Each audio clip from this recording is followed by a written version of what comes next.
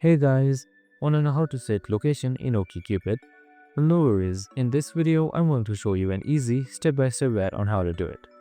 It's super simple, so let's get straight to it. Now first up, simply open up the OkCupid application. And here, we are setting the location by creating on your account. So just simply open up the OkCupid app. And once you're there, type in your email and then select next. And once you've done that, select your first name and then select next again. Now right here, you should see your video leave option right here.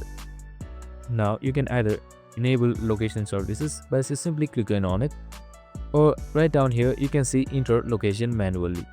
You can click on it as well.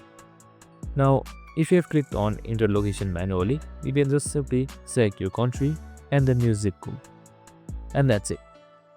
Now if you want to enable location services, just simply click on it and then select allow while using the app. And that's it. Super simple and easy. I hope this video helped.